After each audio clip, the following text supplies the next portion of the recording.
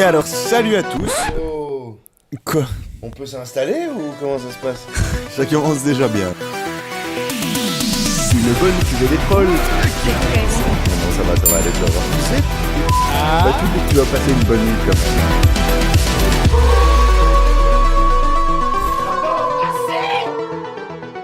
Donc salut à tous, bienvenue au Connard au Bif 2018. Aux connards au bif qui ne sont pas au bif. Ouais, qui ne sont pas au bif, une année un peu particulière. Peux-tu nous expliquer pourquoi est-elle particulière cette année? Eh bien, non.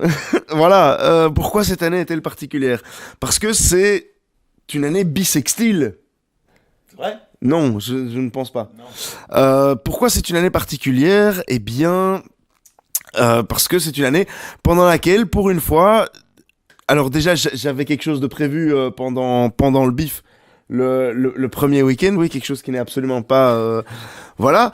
Et la deuxième raison, c'est parce que je suis du coup revenu de mon truc de prévu en ayant chopé une crasse et je suis tombé malade. Et c'est pas encore fini d'ailleurs. Voilà, du coup, ouais, le bif a été un petit peu plus court pour moi cette année que les autres années. C'est chiant. Qui fait du coup que quand je suis allé le chercher, je l'ai retrouvé en PLS au fond de son lit. Non, je ne pourrai pas venir au bif cette année, cette deuxième semaine, désolé. C'est pas venu me chercher. Dinax, pardon. Désolé, Dinax. Non, je suis pas venu te chercher, mais c'est les aléas de raconter des histoires, tu vois. C'est genre pour faire croire, quoi, tu vois. C'est pour la narration. Enfin bon, bref. Trêve de bavardage et d'introduction, et ce gros bourrin pète dans mon canapé, c'est assez dégueulasse. On va vous parler, on va faire un petit compte rendu rapide ou très lent, on connaît notre art de la parole, sur tout ce qu'on a vu ou pas cette année, voilà. Je sais pas si ça pue, je fais exprès de pas trop renifler. Donc en premier, et c'est notre premier film du bif, voilà, on n'a pas fait l'ouverture cette année, mais nous sommes allés voir, et je pense que je vais laisser la parole à Harvey pour commencer. Alors le premier film qu'on a été voir cette année, c'est un manga live, c'est Gintama de Yuichi Fukuda. Yuichi Fukuda qui est un réalisateur donc japonais, que je ne connais pas spécialement outre mesure. Ça pue, c'est horrible. L'acteur qui joue Gintama, c'est... alors j'ai oublié son nom, on le mettra en dessous, mais c'est l'acteur qui jouait... le personnage principal dans Crow Zero. Le film était à la hauteur du manga que j'ai pas lu. C'était complètement barré. On parle de on dit toujours, c'est vrai que on aime bien quand c'est assumé. Tout était faux, mais tout était faux, mais genre à fond, assumé à mort. Il y a même un personnage, là j'ai oublié son nom, qui est un espèce d'oiseau géant, un peu rondouillard, qui ressemble un peu au fantôme dans Pac-Man. Ils le disent à un moment donné, mais putain on dirait un mec sous un costume, et quand il tombe on voit les deux jambes et tout, enfin voilà. Ça se passe dans une ère entre la technologie et l'ère samouraï, enfin la fin de l'ère samouraï.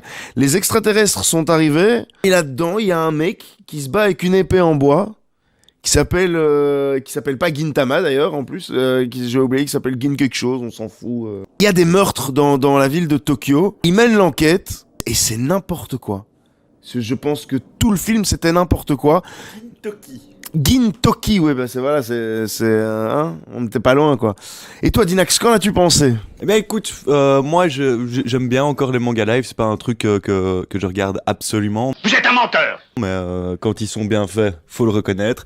Et celui-ci était bien hilarant, beaucoup d'autodérision, tant sur le ton du manga, sur son sujet lui-même, que sur d'autres mangas, plein de références à Dragon Ball, même une lecture à un moment de Dragon Ball, du manga assez épique. Oh, pas la voix de Freezer!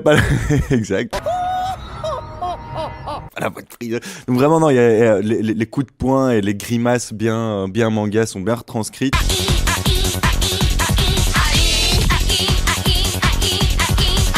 C'est vraiment un gros foutoir général, avec quand même malgré tout la petite histoire, voilà, du sabre maudit qui possède de plus en plus son détenteur. Les combats sont bien foutus, voilà, ils y vont vraiment avec des CGI, ils ont pas peur de bien montrer des épées bleues et rouges. Tiens, ça me rappelle un autre film d'ailleurs.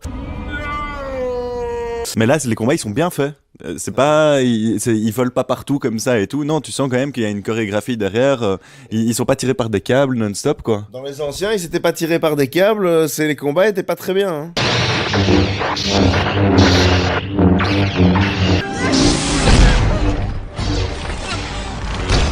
Du coup, ben non, très très bon film que je recommanderais. Franchement, c'est un bon moment, un bon délire. Maintenant, si vous lisez pas beaucoup de mangas et si vous êtes pas fan plus que ça de trucs du genre, vous pouvez passer votre chemin. Mais nous, on a apprécié. On a apprécié, on a bien rigolé. Quel est l'autre film qu'on a été voir? Alors, ça, c'est un truc assez particulier. C'est Downrange de Ryuichi Kitamura. Alors, c'est un japonais, mais les acteurs sont américains. Oui, j'allais dire, un film qui n'a de japonais que son réalisateur. Voilà, alors C'était de la merde. les 5 premières minutes sont quand même pas mal parce que non mais non, vraiment les 5 premières minutes, Heureusement. on est tout de suite pris dans le film. Il y a quoi? Il y a ce pneu qui pète direct. En fait, c'est l'histoire d'un sniper qui prend en chasse un groupe de jeunes comme ça qui passent par là. Alors les motivations du méchant sont inexistantes. Voilà, les 5 premières minutes sont assez intenses parce qu'il y a le pneu qui pète et il kill direct deux mecs hors champ. Donc on peut un peu imaginer comment ça se passe. Des effets spéciaux un peu vieillots. On se dit ouais, ça peut être sympa et tout. Après, on a, je crois, 1 heure de film où ils sont planqués derrière leur bagnole à essayer de trouver des solutions pour échapper au sniper. Ça perd très vite de son intérêt, surtout quand tu imagines 10 minutes à l'avance ce qu'ils devraient faire pour échapper et qu'ils le font après. On anticipe beaucoup trop leurs actions, ils jouent mal, et alors celle qui est censée être un peu l'héroïne badass, elle est chiante quoi, elle joue mal, encore pire que les autres quoi. Elle est censée bien connaître des trucs de survie, des techniques de survie, eh ben non. Elle s'arrête juste à rien du tout. Elle dit que des conneries et finalement c'est même ses collègues qui sont plus survivalistes qu'elle quoi. C'est un peu n'importe quoi. Du grand n'importe quoi. Alors écoute, Downrange pour moi, c'était une séance de torture d'1 heure et demie. Les acteurs étaient nuls à chier, mais genre quand je dis nuls à chier, c'est vraiment ce genre. Les acteurs dans Power Rangers la série sont plus talentueux. On n'y croyait pas, on croyait en rien, même eux croyaient pas à leur texte. Il y a aucune explication à rien. Il y a pas de profondeur du tout dans le film parce que aucun personnage n'a de l'envergure. Les jeux de caméra sont chiants. Et la fin. Non, attends, parce que justement, j'y viens. Il y a des trucs qu'on ferait même plus en école de cinéma qui sont faits dans ce film. Parce qu'il faut quand même savoir une chose. Pourquoi est-ce qu'on n'est pas dans le décor du bif et machin? C'est parce qu'on a décidé cette année d'essayer de faire autrement. Donc, du coup, parce que en fait ils ont tout changé au bif et ils ont changé notre décor de place et ils l'ont foutu dans le bar. Je vous jure que c'est impossible de tourner dans le bar, donc voilà. Donc on fait ça une semaine, enfin on fait ça le week-end qui suit. Donc là Downrange, ça fait 2 semaines qu'on l'a vu. Et justement, ça fait 2 semaines que j'ai vu ce film et je ne me rappelle plus de la fin. Donc pour la fin, finalement, la badass, enfin tout le monde crève. Tu dis la badass, mais moi je ne l'ai pas vue dans le film. Où était-elle? Mais elle était cachée derrière son texte. Derrière la voiture? Ouais, derrière la voiture. Oui. Et donc, elle, finalement, arrive à repérer le sniper et à le dégommer pendant la nuit. Et puis, elle se tire une balle dans la bouche par accident en faisant tomber le gun qui était enrayé, quoi. Et voilà. Attends, le film s'est terminé comme ça? Ouais. C'est trop nul! Ouais. Donc voilà, on a assez parlé de cette bouse, Ah du oui. coup on va passer à autre chose assez vite. J'ai été voir un film avant Downrange. Enfin, j'ai été voir une partie d'un film avant Downrange. J'ai été voir une partie de Belzébuth. Ah oui, Le début de Belzébuth. Et en fait, je voyais pas où le film allait. Et donc voilà. Donc je ne sais pas vraiment le critiquer. C'est dommage parce que j'ai entendu de bonnes critiques finalement et à cause de ta propre critique, je suis pas allé le voir parce qu'il le diffusait 2 fois et je suis un peu déçu de ne pas l'avoir vu et de ne pas pouvoir en parler avec toi. On s'en bat les couilles, on s'en bat les couilles, on s'en bat les couilles. Voilà. Allez, merci. Suivant. L'agneau de la plague Ah oui. de là, tu fais, en Martin Ferreira. fait, excuse-moi. Là, en fait, tu fais les films pendant que je suis là. Tu fais les films où j'étais pas là parce que j'étais pas à Bruxelles. Exact. Ah ben voilà. Ah, vas-y alors. C'était entre un film de zombie thriller comme ça, comédie, assez mal géré, avec un personnage un peu mou. On croit pas trop à ces histoires de geeks. C'est un peu dommage qu'il soit tout le temps, voilà, aussi mou, aussi con par moment. Il y a pas beaucoup de rythme dans le film. Et il m'a pas laissé un souvenir impérissable, mais voilà, c'est juste un gars, il travaille dans un home pour vieux, puis les vieux commencent à développer des trucs de zombies, et lui, il essaye de renouer avec son ex-copine en même temps. Enfin voilà, c'est ce genre d'histoire un peu à la Alex de la Iglesia où tout part en vrille. mais pas maîtrisé comme Alex de la Iglesia. Ah oui, c'est ça, c'est pas du tout Alex de la Iglesia, donc du coup c'était chiant.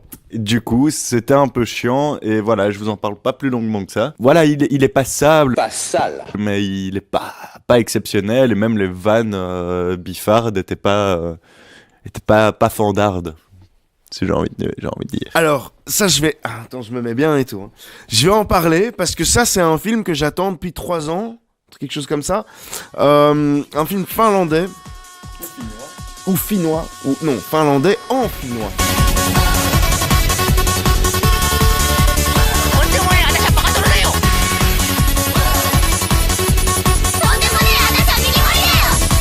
Donc voilà, Downrange, très bon film. Vraisemblablement qu'il est si bon, à mon avis, parce que un japonais a ses codes japonais, qu'il a essayé de les transposer sur des comédiens américains, et ça marchait, mais pas du tout, quoi.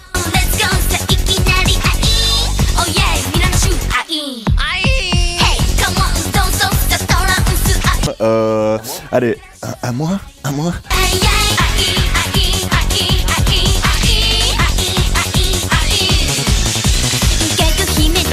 Alors,